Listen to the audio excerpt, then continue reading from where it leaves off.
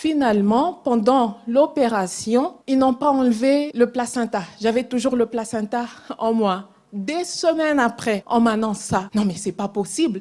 L'image que moi j'avais, c'est mes entrailles en train de pourrir. Aujourd'hui, j'aimerais rendre gloire à Dieu, le remercier pour ce qu'il a fait pour moi. Ces 30 jours de gratitude, en fait, il est pour moi.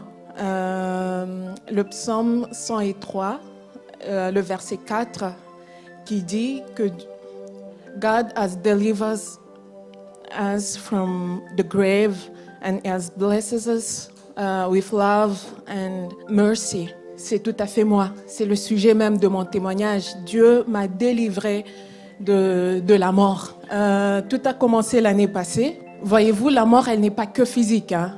Elle peut prendre toutes sortes de formes. Et j'ai vécu toutes ces formes-là, toutes ces attaques de mort. Tout a commencé au mois de janvier. On a quitté le Nord. Pour ceux-là qui ne le savent pas, on vivait au Nord. On a quitté le Nord pour Dudelange. 2 semaines après, j'ai signé mon contrat. C'était un CDD avec une promesse de CDI à la fin. J'ai commencé à travailler. Tout allait super bien. Il y a eu le Covid qui est arrivé. Nous, on a continué à travailler jusqu'à ce qu'on a tout fermé.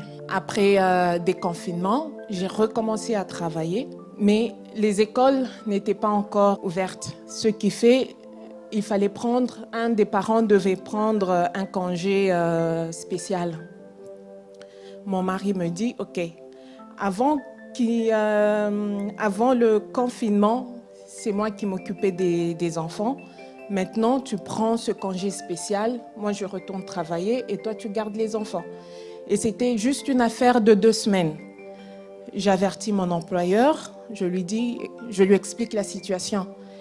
Et elle me dira, tu sais quoi Lise, si tu prenais ce congé-là, on va te licencier. J'étais obligée.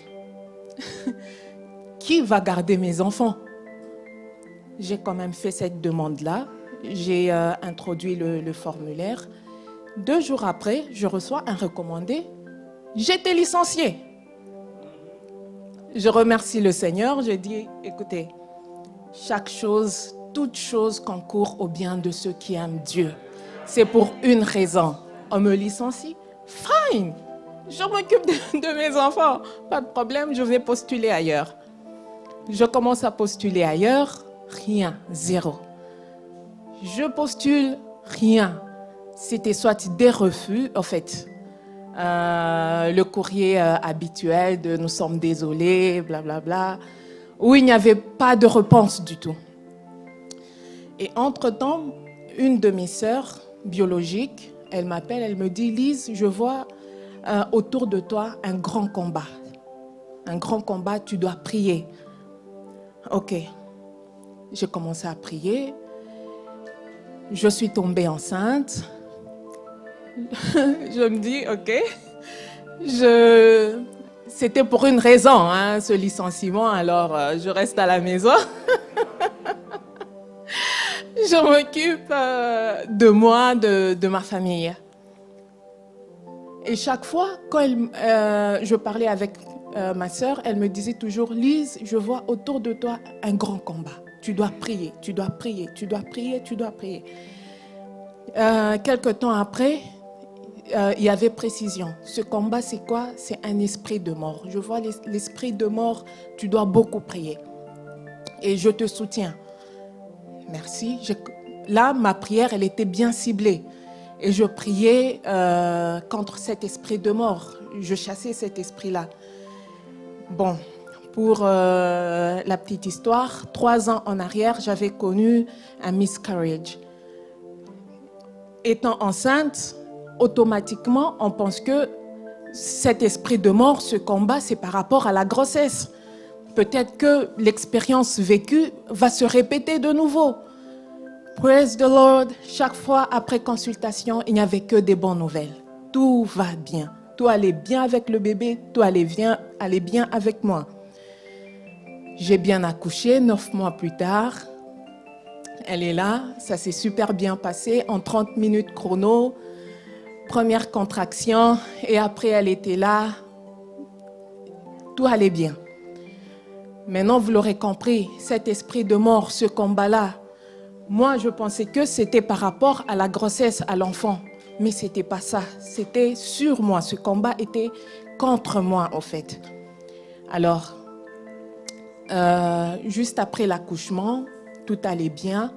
Et c'est comme s'il y avait un nuage qui a rempli la salle d'accouchement.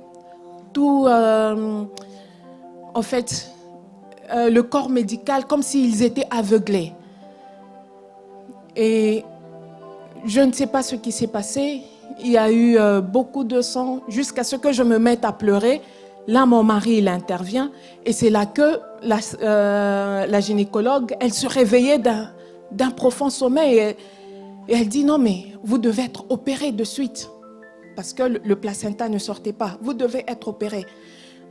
On va à la salle d'op. Ça s'est bien passé. À mon réveil, on me dit, madame, tout s'est bien passé, l'opération s'est bien déroulée. Pendant qu'on était dans la salle d'accouchement, les sages-femmes et la gynécologue, quand ils tiraient, c'était l'utérus qu'ils étaient en train de tirer et non pas le placenta. Ok, l'opération s'est bien passée. J'étais très faible avec une tension de 4 et un taux d'hémoglobine de 5. Apparemment, un être humain normal, le taux doit être à 14. C'est juste pour que vous vous fassiez une image. Le mien était à 5. Bon, après quelques temps, je quitte l'hôpital. J'étais toujours très faible, avec la promesse d'être clouée au lit. Je ne devrais pas bouger, c'était le repos comme mot d'ordre. Je rentre à la maison.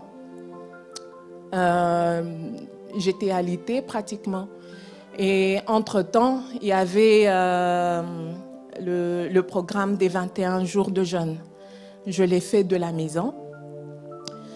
Et à la première consultation, postpartum, je vais voir ma gynécologue. Et là, elle me dit, madame, on va faire l'échographie. Ok, on fait l'échographie. Suite à cela, elle m'annonce que finalement, pendant l'opération, ils n'ont pas enlevé le placenta. J'avais toujours le placenta en moi. Des semaines après, on m'annonce ça. Et moi, j'étais, what? Non, mais c'est pas possible. L'image que moi j'avais, c'est mes entrailles en train de pourrir. Oui, dans 3 semaines, si tout va bien, si l'utérus se contractait, on va de nouveau m'opérer pour enlever le placenta. Et c'est là que la prophétie de ma sœur m'est revenue en tête. Comme quoi, il y avait l'esprit de mort et un grand combat qu'elle n'arrêtait pas de recevoir et de voir autour de moi. Et là, je me suis dit, ok, stop. Je dois me lever et prier. Engager la bataille. La prière que je faisais, pensant qu'elle était ciblée par rapport à ma grossesse, c'était même pas ça. C'était ma vie qui était engagée et qui était combattue. J'ai commencé à prier. Dieu qui est fidèle, 2 jours après, pendant la nuit, tout est sorti. Adieu. Alléluia. Que Dieu soit loué. Amen. Tout est sorti sans aucune intervention qu'elle planifiait là. Tout est sorti. Et je remercie le Seigneur pour ça. C'est que ma première victoire. Je vous avais dit qu'il y avait, j'ai connu plusieurs morts, attaques de mort. La deuxième victoire, c'est par rapport au travail. Après le congé parental, je me devais de retourner chercher le travail selon l'ADEME. Alors, j'ai commencé à chercher le travail. Et partout où j'ai postulé, mes frères et sœurs, les nouvelles n'étaient pas bonnes. C'était soit désolé, soit il n'y avait pas de réponse. Oh Seigneur, que faire? Et là, à un certain moment, je vous assure, quand on ne se fie pas à Dieu, on veut faire les choses par soi-même. À un certain moment, on se perd. On commence à faire les choses selon la nature humaine et non pas selon la vision de Dieu. Et c'est ce qui m'est arrivé. À un certain moment, je postulais. Je cherchais un travail mi-temps. Je me suis retrouvée à chercher du travail full-time, à postuler, et les retours n'étaient même pas ça. C'était soit négatif, soit pas de réponse du tout. Et à la fin, quand je me suis rendu compte que, écoute, pourquoi tu ne te confies pas à Dieu? Pourquoi tu désespères? Quand il y a désespoir, c'est là qu'on se met à murmurer contre Dieu. C'est ce qui s'est passé avec le peuple d'Israël dans le désert. Ils se sont mis à murmurer et finalement, qu'est-ce qui s'est passé? Même la terre promise, ils ne l'ont même pas vue. Ils sont tous morts dans le désert. Alors, au lieu de murmurer contre Dieu, au lieu de se plaindre, au lieu de faire des prières de plainte, pourquoi ne pas regarder les bienfaits de Dieu? Regarde les bienfaits de Dieu. Regarde ce que Dieu a fait pour toi et loue le Seigneur. Amen. Tu as combattu, tu as prié. Maintenant, change de stratégie. Loue le Seigneur. Amen.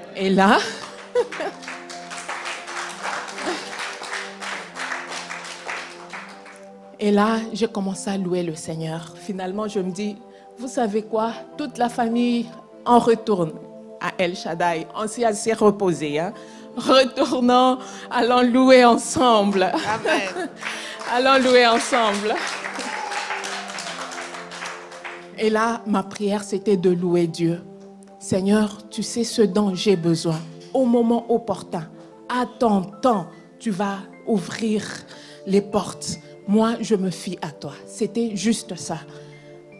Entre-temps, j'avais déjà postulé et j'avais déjà même oublié certaines entreprises où j'avais introduit mon CV. Un de ces jours, je reçois un email comme quoi on m'a invité pour une interview. Wow! Praise the Lord. Je vais, ça se passe super bien. Et on me dit qu'il y aura 3 étapes, 3 entrevues. Et si je passais ces barrières-là, c'est là qu'au final, le directeur va décider qui est-ce qui sera retenu. Alors, chaque fois, ils m'ont appelé. Non, tu reviens. Et finalement, au 3e entretien, je pose la question, qu'est-ce que vous recherchez? Est-ce qu'il faut avoir beaucoup de diplômes? Est-ce qu'il faut parler toutes ces langues-là? En matière de langue, je n'ai que le français, l'anglais, ainsi que un peu de luxembourgeois. Je ne parle ni allemand, ni italien, ni portugais. Qu'est-ce que vous recherchez? Qu'est-ce qui sera concluant? Ils me disent, écoute, ce n'est ni les diplômes, ni parler toutes ces langues-là, mais on cherche quelque chose, une étincelle. Alors là, juste quand elle m'a dit ça, je me suis dit, cette étincelle-là, c'est Jésus-Christ. Cette valeur ajoutée que vous êtes en train de chercher, c'est Jésus-Christ. Et moi, je l'ai. Donc, pour moi, l'affaire était dans la poche. Et ça m'a reconforté à encore louer, glorifier le Seigneur. Et le dimanche, le pasteur qui dit, ça sera 30 jours de gratitude. Au fond de moi, je me disais, Seigneur, ça c'est moi, je te rends grâce. Ça c'est moi, c'est mon témoignage. Et le premier jour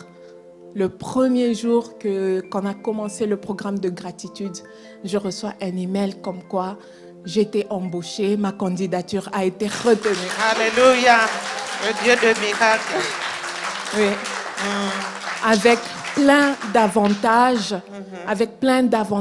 ce que je ne pensais même pas, je n'imaginais même pas, c'est ce que le Seigneur peut faire. Il est capable, Alléluia. au-delà de ce qu'on peut penser. Amen. Acclamons le Seigneur.